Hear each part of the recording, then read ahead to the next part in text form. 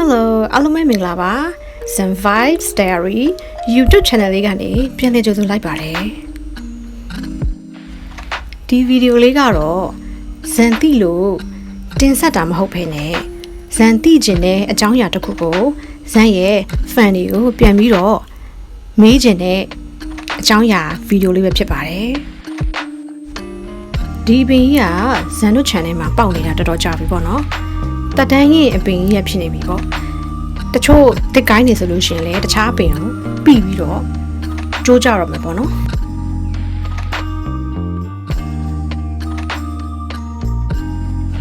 အဲ့နဲ့ဇန်ဒီနေ့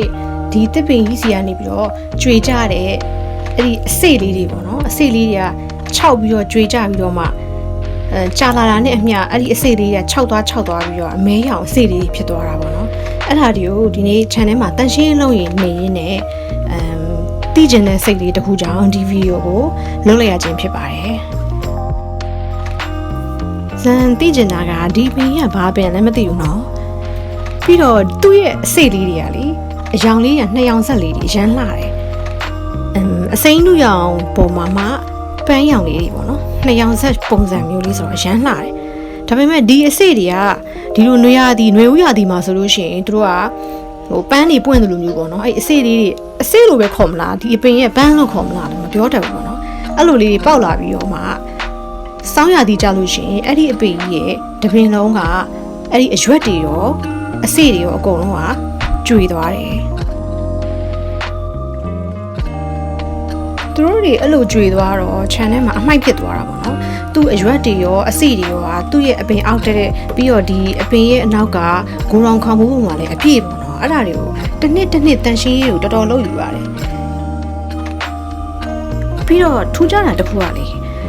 အဲ့ဒီအစိလေးကဘယ်လိုမျိုးအနံ့ရှိမလဲလို့ပေါ့နော်သိချင်တဲ့စိတ်နဲ့အဲ့အစိလေးကိုယူပြီးတော့လက်သေးလေးနဲ့စိတ်ပြီးတော့အနံ့ခံကြည့်ရအခါမှာလေမြန်မာပြည်မှာထမင်းစားလို့ရှိရင်ငပိရည်နဲ့တို့စားတယ်ဟိုစိုင်းတရက်သီးလေးတွေပေါ့နော်တရက်သီးတေးလေးတွေလေတရက်သီးဆိုင်သီးလို့ခေါ်ကြတယ်ပေါ့နော်အဲ့ဒီအသီးတရက်သီးလေးရဲ့အနံ့နဲ့တော်တော်တူတာမြန်မာပြည်တော့အရန်လွမ်းသွားတယ်ထမင်းတောင်မှာပဲငပိရည်နဲ့စားကျင်စီကိုအရန်ပေါက်သွားတယ်အခုမြင်နေရတာကတော့သူ့ရဲ့အစိတ်လေးပေါ့နော်အယောင်လေးကတော်တော်လှတယ်အစိမ်းလေးပေါ်မှာပန်းရောင်လေးပေါ့တော်တော်ချစ်စရာလည်းကောင်းတယ်အယောင်လေးကဒါပေမဲ့ချစ်စရာကောင်းတယ်လို့အဲ့ဒီအစိတ်လေးတွေခြောက်သွားလို့ရှိရင်ဘယ်လိုမျိုးပုံစံလေးဖြစ်သွားလဲဆိုတာကိုလည်းဇန်လိုက်ပြအောင်မယ်နော်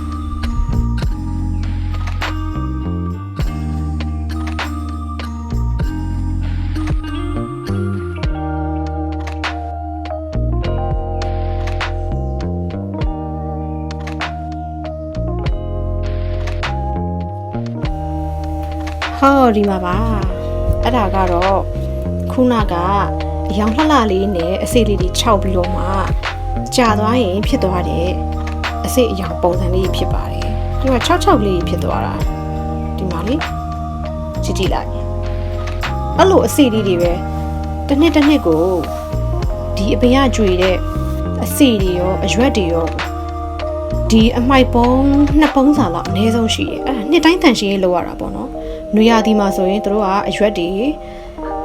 အစိတွေထွက်လာမယ်။စောင်းရာသီကြလို့ရှိရင်အဲ့အရွက်တွေရောအစိတွေရောအကုန်လုံးခြောက်ပြီးတော့မှကျွေသွားတယ်။အဲ့ဒီကျွေသွားတဲ့အရွက်တွေရွက်ခြောက်တွေအစိတွေကိုနှစ်တိုင်းတန်ရှင်းရေးအဖြစ်ရှင်းလင်းရတာပေါ့နော်။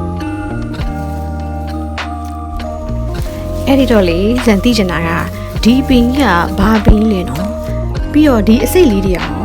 ဘာလုပ်လို့ရလဲ။ဘာမှတော့လုပ်လို့မရတော့ပါဘူး။ဒါပေမဲ့Google မှာရှာမှာပြင်းလို့ဇန်ရဲ့ fan တွေကိုပြန်ပြီးတော့မေးခွန်းထုတ်တဲ့ဒီဗီဒီယိုလေးကိုသိရတဲ့သူများက comment မှာလာပြီးတော့မှတ်ပြီးတော့မှရှင်းပြပေးခဲ့ကြပါဦးနော်ဇန်လေးဘဟုတုတဖြစ်တည်သွားတာပေါ့နော်ဇန်ရဲ့ဒီ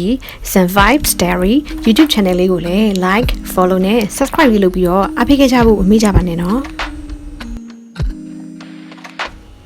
အခုလိုဇန်သိချင်တာကိုမေးခွန်းထုတ်ထားတဲ့ဒီဗီဒီယိုလေးကိုကြည့်ရှုအားပေးတဲ့သူတိုင်းကိုလည်းကျေးဇူးအထူးပဲတင်ရှိပါတယ်ရှင်နောက်ဗီဒီယိုတွေမှာဆက်တွေ့ကြမယ်နော်ဘိုင်ဘိုင်